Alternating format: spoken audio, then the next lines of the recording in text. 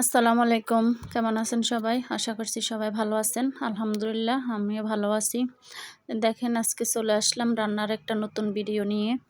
আমি এখানে মূলত রাজহাঁস রান্না করব।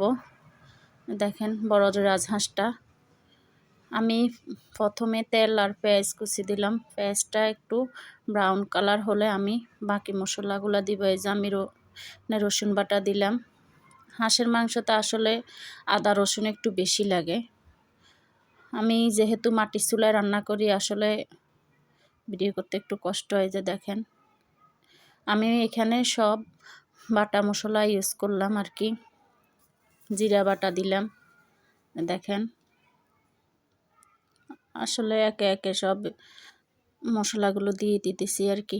পর আদা বাটা দিলাম, আদার পরিমাণটা আমি একটু বেশি দিলাম যেহেতু হাঁসের মাংসতে আসলে আদা রসুন বাটা একটু বেশি লাগে। আমি এখন এই মশলাগুলোরে কিছুক্ষণ নেড়ে কষিয়ে নিব আর কি। দেখেন মশলাগুলো আমি নেড়ে কষিয়ে নিতেছি। এরপরে এখানে আমি শুকনা মশলাগুলো ইউজ করব। আমি এখানে এখন হলুদের গুঁড়া দিব। হলুদের গুঁড়া দেওয়ার পরে যে কিছুক্ষণ নেড়ে হলুদের রং কালার আসার জন্য আর কি অপেক্ষা করতেছি।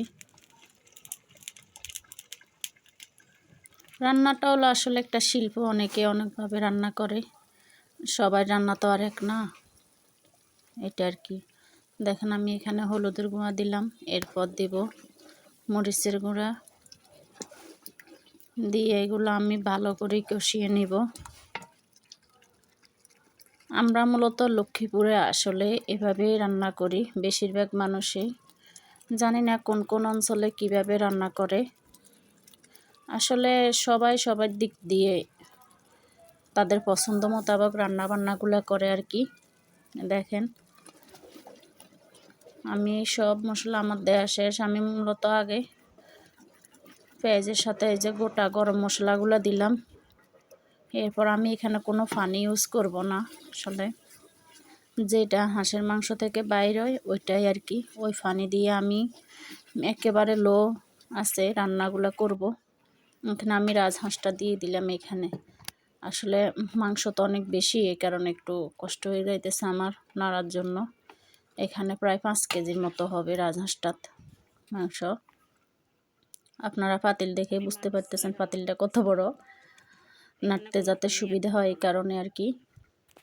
পর আমি এগুলা মাখিয়ে যে একটা ঢাকনা দিয়ে কিছুক্ষণ রেখে দিব। এর ঢাকনা খোলার পরে দেখেন পানি বের হয়েছে অনেকগুলাই। আমি কিন্তু পানি অ্যাড করি নাই এখানে। এমনিতে হাঁসের মাংস গরুর মাংস থেকে আসলে অনেক পানি বের হয়। আর এই হাঁসের মাংসটা আসলে কোথায় যাবে ওটা ভিডিওর শেষ প্রান্তে আমি বলে দিব, যার কারণে আমি কোনো পানি ইউজ করি না এখানে। দেখেন কি সুন্দর তেল বেশি উঠতেছে হাঁসের মাংস থেকে। আমি একটু পর পর একটু নেড়ে দিলাম, এটা মূলত বাহিরে দেওয়ার জন্য আমি রেডি করতেছি। আসসালামু আলাইকুম।